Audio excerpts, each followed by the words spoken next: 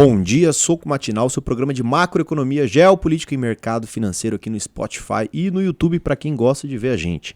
Temos aqui hoje o quê? Congresso aprovando a LDO de 2025 com meta de déficit zero. Alguém aí acredita? Você acredita?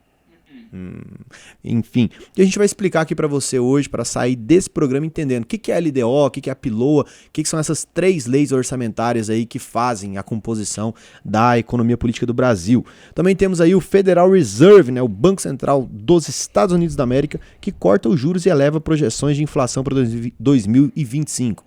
De um lado a gente tem o Copom aqui levantando 1% no Brasil, de lá a gente tem um corte de juros, né? Que diferença. Hoje, ao meu lado aqui nesse programa que faz você ficar mais inteligente ainda do que você já é, do outro lado da telinha, olha que interessante, tenho pessoas ilustres, começando por ele, Matheus Malheiros. Bom dia, espectadores do Soco Matinal Noturno. Espero que estejam bem. Também espero. E também temos aqui Guilherme Godoy. Bom dia de noite para vocês aí, especialmente para você que comprou dólar no começo do ano. Maravilha. Temos hoje também o Lucas aqui, dá um salve aí, Lucas. Bom dia. Bom dia, e temos uma mão oculta do mercado aqui, porque atrás de cada criança tem um cachorro, já dizia Dilma, Manuel Neto. Dá um bom dia de noite aí, mano. Ô, louco, é bilíngue. Então vamos lá, começamos o programa agora, o Malheiros vai, assim ó, acelerar nos índices. Chama, mano. E Ibovespa operando em queda de cerca de 2% na faixa dos 121 mil pontos. O IFIX também em queda, aí perto dos 2.920 pontos. Destaque, né, para essa queda que foi puxada após a aprovação da LDO, que a gente vai falar mais para frente. Nos Estados Unidos a gente tem os principais índices de mercado operando em queda. Nossa, mas como operando em queda se o Fed resolveu abaixar juros? Pois é, a gente vai comentar sobre isso mais pra frente também. Os mercados da Ásia fecharam de forma mista, que refletindo a cautela dos investidores sobre a decisão de juros dos Estados Unidos. Na Europa, mercados fechando em alta, com destaque para o DAX, né, índice da Alemanha, que ficou em leve queda de 2 bases, ou seja, 0,02%. Nas commodities, preço de petróleo operando em alta, e minério de ferro fechando em vermelho na China, porque tem uma demanda que desacelerou e tem mais fornos nas siderúrgicas chinesas. Ou seja, isso diminui a demanda, né, geral por importações de minério de ferro e aço. Nas moedas a gente tem o dólar operando em forte alta, beirando os 6,30, euro na faixa de 6,50 e o Bitcoin em 104 mil dólares. Chama no Bitcoin. Então começamos agora as notícias internacionais com esse corte de juros aí feito pelo Federal Reserve, o Fed, né? Que na verdade é um órgão dentro do Fed, que é o FONC, que é o quê? Comitê de Mercado Aberto FONC. do Mercado. É FONC mesmo, é FOMC, Comitê de Mercado Aberto do Federal Reserve, Fed. né? É como se fosse o nosso Copom, né? Isso. Em outro grau. E o Fed é como se fosse o quê então, Gui Godoy? É como se fosse o nosso querido Banco Central, o Bacen. E o Jeremy, BC do B. e o Virou Jeremy partido, Powell, né? quem é o Jeremy Powell? É o nosso querido RCN. Roberto Campos Neto, é isso aí. Então, tudo que tem lá tem aqui, só que aqui é muito melhor. Então, começamos aí com essa notícia, temos aí uma queda de 0,25% ou 0,25 base points da forma com que o Malheiros gosta aí de falar. Ou points bases. Aí seria 25. 25 pontos bases. 25 pontos base, eu gosto de bases. Base. Você gosta de base? Cara, ele tá todo Faria Lima. O Matheus, todo. ele já engatou nesse personagem agora, ele não consegue mais se desvencilhar dele. Chama na Eu sensualidade. sou Jamel Cecilier, é diferente. Entendi. Aí. Tá. Então tá, vamos lá. Sobre a notícia do Fed, né, a gente teve essa decisão aí do FONC reduzindo os juros em 0,25, uma notícia que seria boa e animadora para os mercados de renda variável. Porém, o que jogou essa água no... Não é água no feijão, né? Água no chope, né? Que é o ditado. Aí foi o fato de que as perspectivas futuras se deterioraram. Então, o que aconteceu? Antes, a gente tinha uma perspectiva de mais cortes de juros ao longo de 2025. Agora estão de apenas 2. O Fed, ele mudou suas projeções para o fim do ano que vem dos juros de 3,4% para 3,9%. Tá? Isso foi azedando ali para os mercados, o que diz que a gente vai ter uma taxa de juros mais pungente ali no ano de 2025, o que vai fazer que não tenha tanta atratividade para os ativos de risco. A gente pode manter o recurso ali parado aplicado, por exemplo, num título público norte-americano, que vai ter um bom rendimento frente aos títulos de renda variável. A mesma coisa aconteceu se a gente for olhar para o ano de 2026. A expectativa é de 3,4%, antes tinha uma expectativa de 2,9%. Para 2027, de 3,1%, antes era 2,9%. Então, para todos esses próximos 3 anos, se deterioraram as expectativas. A mesma coisa aconteceu quando eles fizeram as projeções para os índices de inflação, que é o PCE, né, ou PCI, se você preferir, que deteriorou de 2,4% para 2024. Antes era 2,3%, em 2025 de 2,5%, o que antes era 2,1%, 2,2% em 2026, que antes era 2%. Por que isso é importante? Porque a meta de inflação nos Estados Unidos é de 2%. Então, para os próximos anos, já estão esperando que a inflação vai estar fora da meta para os anos que que foram citados. Isso faz com que eles tenham que manter uma medida mais restritiva nos Estados Unidos por mais tempo. E, obviamente, como eu já disse, afeta os ativos de bolsa. Godoy, um movimento que a gente viu também, que você comentando os juros, né, que mexeram, foi a normalização da curva nos Estados Unidos. Até algum tempo atrás, você tinha títulos de curto prazo pagando mais que títulos de longo prazo. E qual que é o normal? Quanto maior o prazo que você vai deixar o seu investimento, né, travado num título de renda fixa, maior tem que ser a remuneração deles. Então, com esses cortes do Fed, os rendimentos de curto prazo foram caindo, mas os de longo prazo continuaram mais ou menos a mesma coisa. Tanto que hoje a gente foi ver o Treasury de 10 anos, teve uma variação de 8 bases para cima na realidade. Então vai pagar um pouquinho mais e os de curto prazo caíram. Então você tem a curva de juros normalizando nos Estados Unidos. Perfeito. E, cara, isso é bem importante, né? Porque o que o Malheiros falou é verdade. Porque se o título ele é mais longo, ou seja, vai ter mais instabilidade, mais falta previsibilidade para esses ativos. Então, para isso, para você correr esse risco, você tem que ter um prêmio temporal e você receber mais para você investir num título de longo prazo do que num título de curto prazo. E aí, alguns pontos ali que foram importantes também do pronunciamento do Powell, um deles foi descartando completamente o Fed ter ali uma reserva de Bitcoin, que isso está completamente fora da legislação atual. Então, se tivesse que fazer algum tipo de reserva em Bitcoin, teria-se que mudar alguma coisa na legislação. Será que agora com o Trump no poder e com toda essa base que ele tem ali no Congresso e no Senado, isso vai ser feito? Eu acredito que sim, né? Porque o cara tá com todas as cartas ali na mesa. Enfim, aí alguma coisa que eu quis trazer aqui para vocês também, explicar por que nos Estados Unidos não tem uma taxa de juros fixa, mas sim uma variação, né, entre um intervalo ali no Fed. Eles fazem isso justamente para que eles tenham mais flexibilidade para lidar ali com a política monetária. Então, eles podem colocar agora, como está o intervalo de 4,25 a 4,5, qualquer movimentação dentro desse intervalo não precisa passar por uma nova votação extraordinária ali do FONC para decidir sobre essa taxa de juros. Então, eles podem flutuar entre esses dois intervalos de forma com que eles consigam ali cumprir com a política monetária nesses empréstimos ali de intradia, né, principalmente, que é feito pelos bancos para fechar dentro da reserva obrigatória que o Fed estabelece para todos os bancos nos Estados Unidos. Então, isso é bem interessante e essa forma faz com que não seja como é aqui no Brasil, algo tão engessado. Eles conseguem ter mais liberdade para estar atuando na taxa de juros. Maravilha. E agora a gente vai falar sobre a Itália, né, que se posiciona aí depois de um longo silêncio, não contrária, mas com uma condição aí ao acordo Mercosul-União Europeia. Mas como assim? Se esse acordo já foi passado, ele já foi aprovado, né, pela União Europeia, mas o que acontece? Esse acordo ele pode cair, ou seja, ele pode deixar de ter validade quando mais de 35% da população ali da União Europeia, através de seus países, sejam contrários a ele. Hoje, a gente tem países contrários, né? A gente tem aí a França, como a gente sempre diz, a Hungria, a Polônia e a Áustria. Só que esses 4 países não representam 35% ali da população da União Europeia. Só que agora, se a Itália, que é um grande país ali na União Europeia, realmente ir contra isso, a gente tem um problema, porque aí atinge os 35% da população. Pois é. Então, a Itália, né, ela falou abertamente que vai ajudar alguns setores na indústria italiana, mas vai penalizar os agricultores. E aí que tá. Quem que são os agricultores da Itália? Na realidade. Então, eles, de fato, não têm um agro muito competitivo, mas eu acredito que isso é um caminho natural. Então, a gente acaba se sobressaindo e os dois blocos poderiam se beneficiar disso, porque a Itália consegue ter produtos que a gente não produz, que no Brasil é um país muito mais industrializado. Então, seria essa troca, a gente fornecendo nossos produtos agrícolas a preços muito mais competitivos e vice-versa.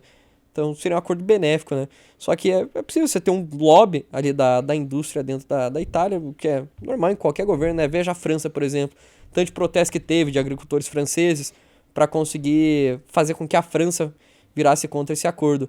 Então, Brasil, agro muito competitivo, União Europeia, nem tanto. Esse acordo ia conseguir trazer essa troca, mas em detrimento de quem? Dos agricultores dos países da União Europeia. Então, por isso que você tem essas manifestações e pedindo compensações. Mas, afinal, quais que seriam as compensações para os agricultores italianos? Por quê?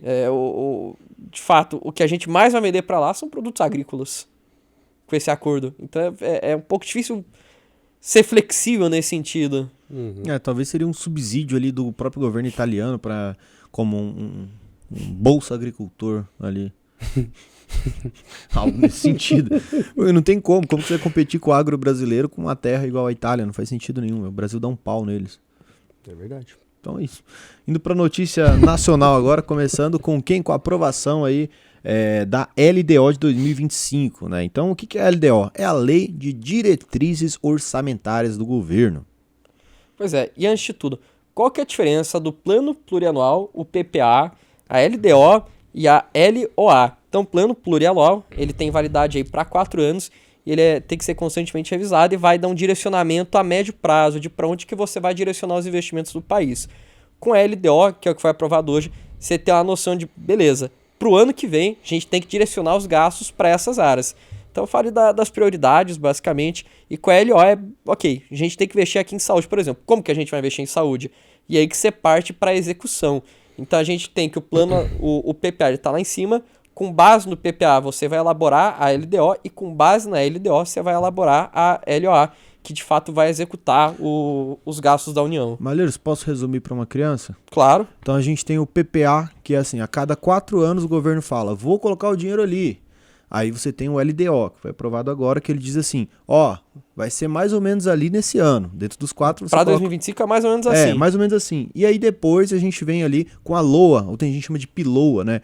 Que é essa última lei que diz, vai ser porcentagem aqui em educação, porcentagem aqui em saúde e tudo mais. Então, é a lei do meio aqui que foi aprovada. Exatamente. Muito bem pontuado. Muito obrigado pelo elogio. Antes da gente entrar nessa LDO de 2025, que teve alguns pontos que não agradaram muito o mercado, é válido a gente recapitular desde o teto de gastos que foi aprovado no governo do Temer para entender como que a gente chegou nessa situação de hoje. Então, por meio de uma emenda constitucional, né, de número 95, no governo Temer, o crescimento das despesas públicas ficava limitado à inflação do ano anterior. Então, para isso, você conseguia controlar o déficit fiscal e estabilizar a trajetória da dívida em relação ao PIB. Ok? Funcionou relativamente bem, só que teve críticas do mercado que isso restringia investimentos em setores como saúde, educação. Então, em 2023, com o governo Lula, foi aprovado um novo arcabouço fiscal que trazia um pouco mais de flexibilidade e permitia com que as despesas crescessem de acordo com a receita também do governo e ajustando tudo isso aí pela inflação. Só que, nesse ano, o mercado ele começou a passar por diversas frustrações em relação à questão fiscal do Brasil. E um dos principais pontos é que, antes mesmo de passar esse arcabouço fiscal que foi aprovado em 2023, tinha sido aprovada a Lei 14.663, também em 2023, que foi conhecida como a Política de Valorização do Salário Mínimo. Então, com isso, além de você valorizar o salário mínimo pela inflação, ou seja, você corrigir, você indexava também a correção pelo PIB. Então, se a economia crescia, o salário mínimo crescia também acima da inflação. Isso veio de brinde ali junto com o pacote fiscal, e o grande problema disso é que muitas das despesas da União são vinculadas ao salário mínimo. Por exemplo, 48% do orçamento da União, mais ou menos, vai ali para a BPC, vai para a Previdenciária. Então, se você mexe no salário mínimo, todas essas despesas vão aumentando junto. Então, você mexeu ali direto em metade do orçamento da União, sem contar os impactos que isso traz, por exemplo, na folha do funcionalismo público. Então isso acabou elevando os gastos do governo. E com isso a gente entrou num ciclo nesse ano que foi o quê? O governo percebeu que seria muito difícil atingir aquela meta de déficit zero que tinha sido proposta pelo arcabouço e começou a usar o limite de tolerância, aquela flexibilidade, como se fosse a meta, basicamente. Então até chegou a ser aprovado um pacote de corte de gastos, só que relativamente tímido, propondo aí uma economia de 70 bilhões ao longo de alguns anos. Só que junto veio uma surpresa que foi a isenção do imposto de renda para quem ganhava até 5 mil por mês. Então, qual foi a grande problemática disso? Que o mercado acabou batendo tanto. Num contexto que o governo estava sendo pressionado para atingir o déficit zero e equilibrar as contas públicas, veio com um pacote de corte de gastos relativamente superestimado e com uma renúncia fiscal ao mesmo tempo. Então, todo benefício que você poderia ter com o corte de gasto ia, né, por água abaixo com essa isenção de imposto de renda de quem ganha até 5 salários mínimos. Só deixando claro também aqui, essa é uma medida que, pensando num Brasil que esteja com as contas públicas equilibradas, eu aqui, todo mundo, cara, faz muito sentido, é a favor, porque a gente sempre é contra aumento de impostos. Então, um corte de impostos ainda seria muito mais benéfico. Só que esse é um contexto que, como o Brasil está precisando de dinheiro e a arrecadação ficou até abaixo do esperado, mesmo batendo recordes, não fez sentido e trouxe uma deterioração maior ainda para o nosso fiscal. Então, com isso, tem projeções de aumento da dívida sobre o PIB. Então, estão falando de chegar até 84% do PIB em 2026. E nesse ciclo, o mercado vai cobrando cada vez mais juros para financiar a dívida pública. Então, você tem a taxa Selic já em 12,25% com o Copom sinalizando que pode levar até 14,25% ainda no primeiro trimestre do ano de 2025. Você tem o dólar disparando, taxas do Tesouro disparando. Então, hoje mesmo, a gente teve um leilão do Tesouro Nacional de NTNFs, né, que são títulos pré-fixados com pagamento de juros. Não conseguiram vender nada desses títulos e alguns IPCA+, chegaram a bater IPCA mais 7,99 para prazos mais curtos, ou seja, quase IPCA mais 8 com tesouro direto. Então fica aí para você, né? É um cenário um pouco turbulento? Sim, mas aí que você tem oportunidades também, né? É engraçado que tem muita gente, muito investidor que fica falando: eu não quero comprar caro, eu quero que chegue uma crise para poder comprar barato e aproveitar as oportunidades. E aí quando chegar a crise, o que o pessoal fala? Fica com medo. Tô com medo, quero tirar meu dinheiro do Brasil. É isso. Então, para você que tem dinheiro, agora é o momento de aproveitar as oportunidades, né? Até porque juros altos, dólar alto e inflação derrubam a popularidade de qualquer governo. Então, eu acredito que é muito improvável continuar nessa situação sem se fazer nada, com a condição aqui financeira do país se deteriorando. E lembrando que essas oportunidades, elas não estão somente na renda fixa. Quando você vai para as ações, para fundos imobiliários, está tudo muito barato. Principalmente Exato, nas renda variável. Completamente desconectado do fundamento, cara. Você tem fundo de tijolo, por exemplo, né, fundos de shopping, de galpão logístico, imóveis alugados, o imóvel continua lá, existindo, tem o terreno, tem a construção, negociando a 0,8% de PVP, ou seja, o imóvel... Né, o que é um PVP? Imagina que você tem um fundo imobiliário que tem 1 bilhão em imóveis, tem um monte de shopping dentro do portfólio desse fundo. E você consegue comprar a participação, né, proporcional desses shoppings já com as lojas alugadas, gerando receita e com uma gestão por trás com 20% de desconto. Isso que é você falar que um fundo imobiliário está negociando a 0,8 de PVP. Então, faz sentido esse preço? Nem um pouco. Significa que se você tivesse que captar todo o dinheiro, fechar o capital do fundo e for lá e construir e alugar tudo, você ainda pagaria mais caro. Você ainda pagaria mais caro. Entendi. E até a dor de cabeça para ter que alugar imóvel. Aí não, com fundo imobiliário você pega a operação já rodando com desconto. E contratos esses que são reajustados. Tem ali um índice de reajuste, pode ser IPCA, pode ser GPM, vai depender de cada um desses tipos de contratos. Então, cara, não tem por que você querer fugir desses ativos agora, falar assim, eu vou vender aqui na histeria e depois vou voltar aqui só para a parte de renda fixa. Cara, não faz nenhum sentido esse tipo de estratégia, tá? Então, porque principalmente, vamos lá, agora é nesse momento que a gente vai ver quem realmente é um investidor de longo prazo. Quem vai passar por uma crise e vai estar ali ciente dela, vai aproveitar para aportar cada vez mais, abaixar o seu preço médio, porque lá na frente você vai colher os frutos disso. E aqui fica uma dica de literatura que eu tô lendo agora também, tô achando um livro incrível, vai te ajudar muito a passar por esse momento, inclusive, que é a psicologia financeira. Tá? Fica a recomendação aí, porque ele fala exatamente de momentos turbulentos em que a gente vive crises e que se você continua fazendo aportes constantes, você vai colher esses frutos lá na frente, tá? Porque não adianta você fazer igual o Malheiros falou, ficar olhando assim, se eu tivesse comprado tudo ali na pandemia, se eu tivesse comprado tudo isso aqui ali na crise de 2014, eu estaria bem hoje. Então agora você tá num momento desse, então é a hora de você aproveitar e encher o carrinho. Pois é, exatamente. Ou até ações, a gente falou de fundo imobiliário, você vê bancos gigantescos negociando a 5 vezes lucros, né, abaixo do valor patrimonial. Então imagina, você pegar um dos maiores bancos do Brasil e falar que em 5 anos de lucro ele já vai ter lucrado tudo que você pagou pela ação. Então assim, a gente tem até o earnings yield, que é um indicador, que é um PL inverso, né, que é basicamente o lucro sobre preço, ao invés de preço sobre lucro. Então, um PL de 5, você pode dizer ali que tem implícito um retorno de 20% ao ano, de certa forma. Né? Porque em 5 anos ele vai devolver por forma de lucros tudo que você investiu na empresa. Então, que loucura, né, que você tem as ações negociando aqui no Brasil nesse momento. E nesse contexto, já um pouco turbulento fiscal que a gente falou, aí foi aprovada a LDO de 2025. E o que o mercado também bateu novamente foi a exclusão do governo federal em perseguir o centro da meta fiscal, que seria o déficit zero. Então, é isso que foi aprovado, falou, seguinte, vocês não precisam mais entregar déficit zero necessariamente, né? E retirou também o trecho que permitia ao executivo bloquear emendas parlamentares, que era aquele famoso, né, o orçamento secreto, que tanto falaram por aí, que são emendas que são aprovadas ali para os parlamentares direcionarem pro eleitorado, né? Então, você tem um deputado que é muito popular numa região, então por meio de emendas parlamentares ele pega aquele recurso e consegue direcionar para o local para fazer projetos, né? Ele pega esse recurso com quem, Malheiros? Pega direto com o orçamento, com a União. Então você tem um deputado, briga ali por uma emenda e direciona para a região que elegeu ele. Seria o executivo, o governo pagando o legislativo. Exato. Falando, deputado, você tem um dinheiro tal para levar para lá. E por que isso é bom? Ganha popularidade. Fala, meu deputado tá fazendo tal coisa. Só que a grande crítica dessas emendas é que tem pouca transparência de como que esse recurso de fato é direcionado. Então, por isso que o mercado acaba batendo tanto.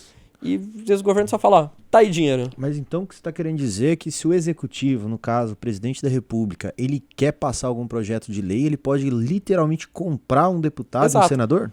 O governo, imagina, né? Gente, aqui, eu sou o presidente, você é um deputado, eu falo, eu preciso passar uma lei, você precisa se reeleger. Tá aí, 10 bilhões pra você mandar pro teu estado. E aí eu vou lá e faço uma obra no meu estado? E você aprova a lei que eu quero passar. E eu não desvio nada? Não faço a mínima ideia. Então, muito boa notícia. E aqui no governo a gente tem o quê? Um governo que não tem o apoio necessário no Congresso, né, tanto no Senado quanto na Câmara dos Deputados, para conseguir aprovar as leis que eles estão tentando. Então, uma ferramenta, né, que acaba gerando muito gasto para você conseguir passar projeto de lei é por meio dessas emendas. Então, por isso que é tão problemático, né, você ter que o Executivo agora não pode mais bloquear essas emendas. Ô Malheiros, e se eu for um deputado da oposição ali que não concordo muito com os pacotes de lei que estão descendo do executivo e eu não quero votar com o governo, é discricionário do governo escolher para quem que ele vai entregar a emenda parlamentar? Eu posso te mandar o dinheiro para você. Então significa Votar. que se eu não votar eu não ganho. Exato. Interessante. E você não se reelege. Interessante. Que interessante, Que né? pergunta capciosa. O que você acha, Godoy? Cara, eu acho que a gente tá lascado. A gente não. Quem não é nosso cliente. Quem não é nosso cliente. Exatamente. E não Mandou percebeu toda essa brincadeira.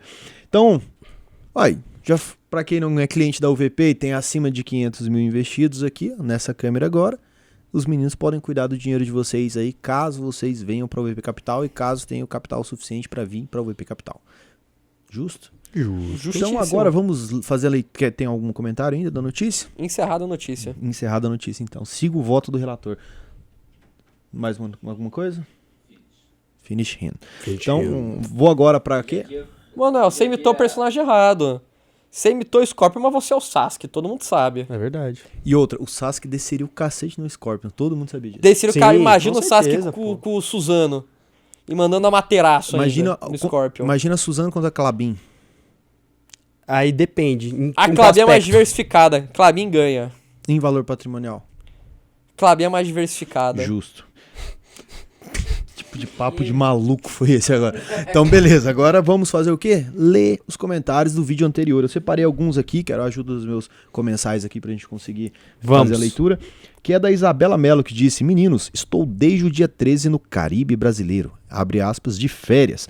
E todo dia ouço vocês enquanto corro na praia de manhã cedo. Ótimo Natal à equipe AUVP e sua família. E se não conhecerem Maragogi, fica a dica, Merry Christmas. Não Então, conheço. Também não conhece? Conhece? Também não conheço. Lucas conhece? Não. Manuel? Não? Então vamos conhecer. Mas como ela vai estar correndo amanhã ouvindo a gente, vamos dar um incentivo motivacional aí. Então vai, Isabela. Bela corrida. Corre. Corre. Aumenta Run. o pace, aumenta o Tá pace. falando tudo em inglês. Cara, tá todo em inglês, né, Todo mano? em inglês, o Emanuel hoje, cara. Todo sensual, cara.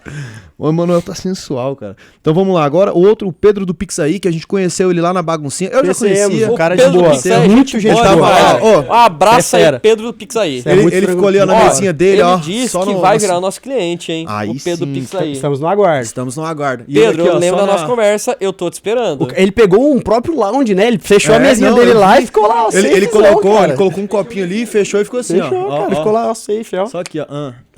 Parabéns, cara. Eu acho. Esse curtiu cara a sabe festa, viver. sabe viver. Ele disse, o horário do programa está ótimo, é o horário que normalmente eu assistia antes de mudar o horário. RS, programa está cada vez melhor, parabéns. E o Bruno Zuff disse, o horário está ótimo. Eu só quero elogio porque eu tô com a autoestima baixa. Eu posso ler um agora? Pode ler. Duração do programa é igual conta bancária, do Edu MC Neves. Quanto maior, melhor. O Edson tá fraco guiando o programa, só rapidinha. Cara... o cara, mano... Rapaz, Primeiro tomou um o quê? shade. Não deixa o Edu te zoar, Ô, não. Edu, Edson. mais que 30 segundos, tá achando que eu sou uma máquina, né? Pô, o programa já tá durando 30 minutos, cara. Você tá louco? Você é uma Rapaz. rapidinha pra você, Edu? Cara, Que se, isso, 30, cara? se 30 segundos pra você é uma rapidinha, você tem que rever seus conceitos, mano. Você é um animal, cara. Então vamos lá. Controlável. E agora o Luiz Alberto que disse, fala Jorge. Então ele mandou um recado aí pros jovens. Posso ler um comentário? Autorizado. Quero ler um comentário do @cgcanal351. Pergunta, na consultoria já encontraram um cliente bitolado em cripto que acha que as bolsas vão acabar e que é o único investimento sensato pensando em longo prazo seria cripto? Sim. Se sim, como lidar e qual seria a opinião de vocês sobre? Isso aí é legal para compartilhar experiências. Pessoalmente, nunca tive nenhum cliente desse bitolado em cripto, porque um cara maluco desse aí não deve nem ser cliente da consultoria para começar. Não tem perfil. Não tem perfil. Tem fit. Porque não faz sentido nenhum você ter essa ideologia. Cara, voltando para mercados muito tradicionais mesmo.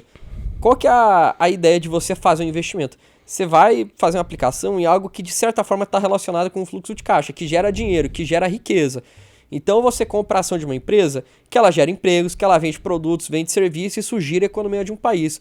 Ou você vai investir num título de renda fixa de um banco que faz a mesma coisa, ou você vai financiar uma empresa por meio de uma debênture, vai financiar uma construção ali de um imóvel por meio de um CRI, uma operação agrícola por meio de um CRA. Então tudo está relacionado com geração de riqueza. Agora, o que você tem de geração de riqueza em cripto? Nada. Imagina, o Buffett ele já falou disso aí, né? Se você tivesse todos os bitcoins do mundo, bitcoin não vale nada. Agora, e se você tivesse todas as terras cultiváveis do mundo, o que você seria? E se você tivesse todas as empresas do mundo? Então, não faz sentido nenhum achar que cripto é o único investimento sensato. Até porque eu acredito muito nessa tese, né? É importante você investir em ativos que gerem caixa. Então, por esses investimentos que a gente trabalha aqui na consultoria fazem muito sentido. Claro, a gente não exclui cripto porque é um mercado que está crescendo muito. Mas você ter a sua carteira inteira nesse único tipo de ativo é loucura. Não, e a volatilidade dessa carteira? Você imagina como é que esse cara vive. Então, ó, a melhor solução pra você, se você realmente acredita que nessa teoria do mundo cripto acabar com isso, sai de casa, vai num supermercado extra, você vai comprar uma pasta de dente, vai ali, ó, vai numa farmácia Drogazil que tá aberta em bolsa, compra lá seu Tadalafila, você vai entender que o mercado real vai continuar de toda forma. Então é isso. Você vai lá e faz um Pix na sua conta do banco tal. Do banco tal, e você fala, pô, como que eu faria o Pix? Então, é isso. O mundo real, ele não para, né? E a empresa A gente já representa o pegou mundo real. clientes que são o caso contrário na realidade. Então chega um cara com um patrimônio gigantesco em cripto e fala, ó, eu tô decidido a vender minhas cripto, eu quero trazer aqui pro mercado financeiro tradicional, eu quero investir em ativos que de fato geram riqueza. Isso aí já aconteceu umas 2, 3 vezes comigo de clientes com patrimônio muito relevante. Justamente. Algum comentário? Não, perfeito, cara. Eu acho que assim, nosso trabalho também é esse trabalho um pouco mais educacional para o cliente, porque não tem como. A gente tem que estar sempre controlando essas emoções para ajudar com que o nosso cliente ele tome as melhores decisões possíveis. Obviamente, esse é o trabalho de um consultor, te municiar de informações para que a partir delas você tome suas decisões. A partir de um certo momento que ele chega com ideias, igual o Matheus falou, esse cara não estaria dentro da consultoria, mas a partir do momento que ele chegaria dentro da consultoria trazendo essas ideias, o objetivo nosso seria o seguinte: primeiro, eu traria toda uma ficha de análise dentro de todas essas empresas, o histórico de lucro que ela vem gerando nos últimos tempos, geraria todas essas informações, os ganhos que você teria com a previsibilidade de um título de pré-fixado pagando 17% hoje que a gente encontrou aqui, uma rentabilidade que você teria com um título pagando IPCA mais 9% aí também, que tem um juros real aí, recorde que você vai conseguir com um título praticamente sem risco. Então, assim, depois de tudo isso, de toda essa parte fundamentada em cima da rentabilidade que ele teria e diminuindo, obviamente, essa volatilidade, porque, assim, você nunca vai ser premiado pelos riscos que você decide correr sem necessidade, tá? Então, isso é bem importante. Então, você, a partir disso, depois de municiar de todas essas informações, você ainda não mudar o seu pensamento e decidir manter essa ideia, cara, pode ficar tranquilo, faz o distrato da consultoria e segue na sua maluquice. É literalmente uma demissão do cliente. Exatamente. E aqui vai um adendo sobre o quão diferente é quão mais... Fala melhor. Com menos interessante é trabalhar dessa forma e menos rentável é pra gente, mas é a nossa ética de trabalho. A gente poderia pegar um cara desse, se falar, fosse compra, vende, vende, compra. Não, vamos fazer uma carteira de cripto aqui pra você e ficar girando a carteira dele. Por quê? Seria um prato cheio. Pronto, porque assessores de investimentos, daquelas corretoras mais famosinhas e tudo mais, o que eles fazem? Eles têm uma taxa chamada taxa de rebate. Essa taxa de rebate ela ocorre quando compra e venda de ativos, né? Alguns ativos específicos. Então, chega perto do final do ano, você vê que vários assessores procuram seus clientes e dizem: agora é a hora perfeita de vender isso e comprar aquilo, coisa que ele tinha falado para você comprar no início do ano. Por quê? Essa movimentação de patrimônio faz com que gere um dinheiro para o assessor, não para o consultor, para o assessor de investimentos. Como que a gente trabalha aqui? A gente trabalha com uma porcentagem sobre o patrimônio. É um fee-based, um modelo fiduciário, que é o que acontece lá nos Estados Unidos. Lá fora é assim. Então, o que acontece? Se a gente movimentar o seu patrimônio de uma maneira não inteligente, o seu patrimônio vai diminuir e assim a nossa porcentagem também vai diminuir. Então, a gente é interessado no crescimento do seu patrimônio como um todo. Agora, se você vem com alarme, por que o mercado é sempre alarmista? Porque com o alarme você tem o medo, com o medo você tem a compra e venda e tem um assessor ganhando dinheiro com isso.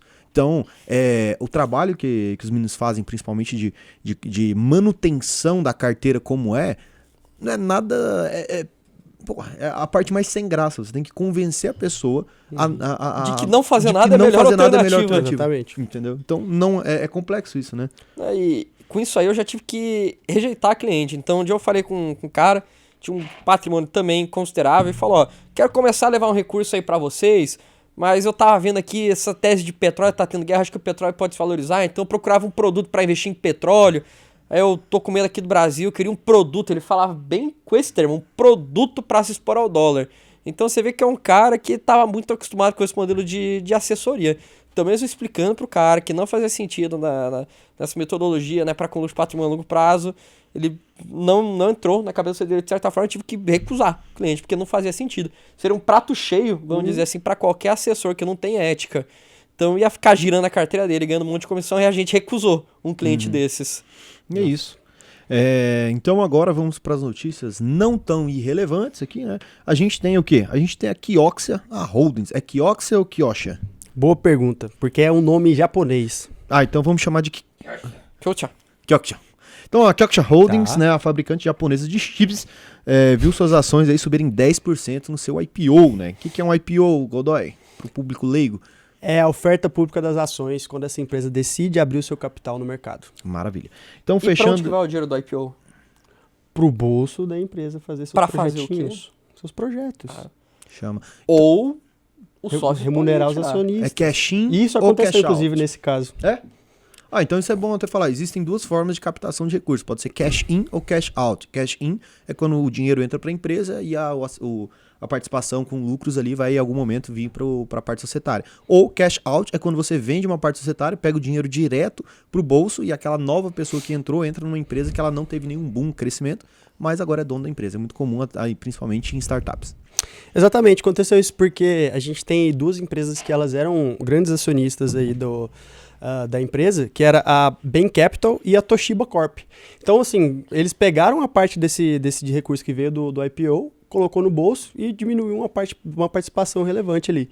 Então isso acontece principalmente porque essas empresas elas começam a investir em pequenas startups, não que seja o caso, mas começam a investir em startups, depois recuperam a parte desse investimento, mas mantêm uma outra parte do seu recurso ali como sócio para oferir lucros mais na frente, né?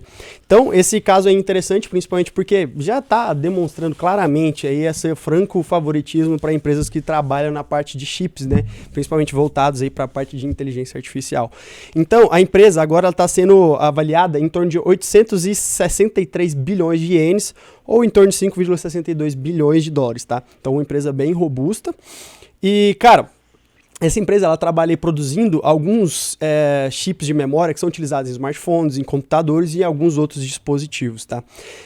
Isso foi bem interessante com relação à parte da gente olhar ali para os resultados da empresa, da Kioxia ou Kioxia, alguma coisa do tipo, que relatou um lucro líquido de 176 bilhões de ienes no primeiro semestre agora desse ano, cara.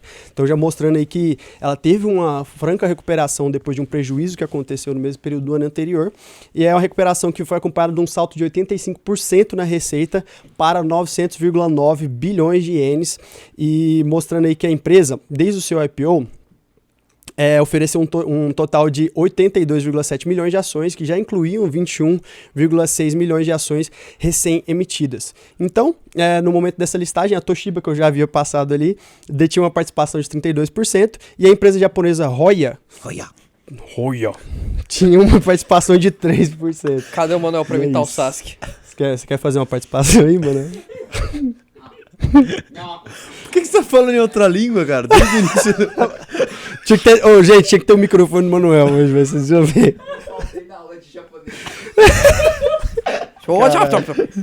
Oh my Nani. Enfim. Nani.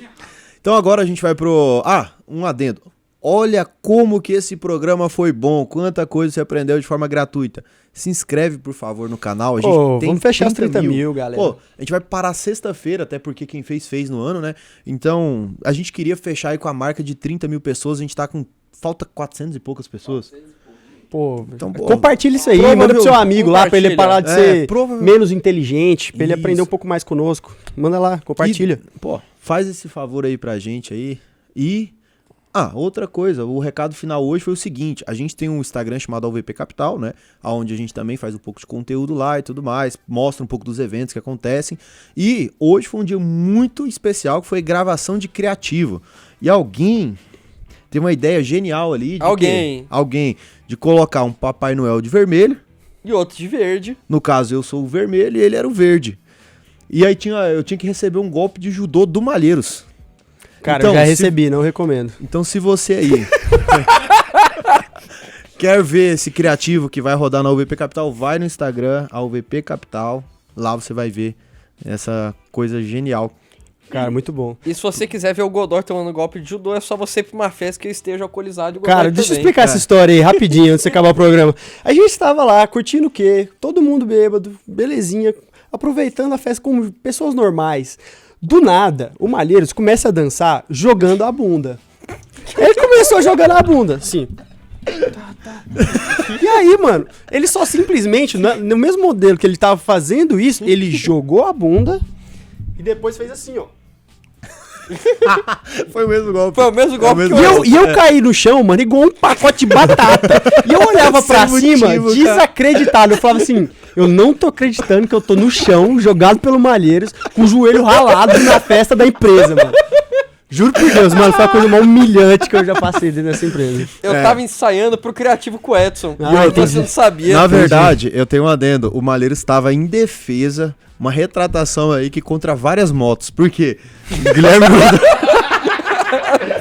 Guilherme Godoy, quando ele viu uma fileira de moto assim, a primeira coisa que ele vem é derrubar, assim, ó. Eu fico nervoso. Porque a gente... Nossa, esse dia foi especial. Foi bom, cara. Viu? Então é isso, né? E pra você que quer ouvir sobre esse dia, a gente vai contar no especial de Natal do Lucros Líquidos, que vai ao ar quando? Dia 19. Que é? Amanhã. Amanhã. Então fique ligado aí. E pra você...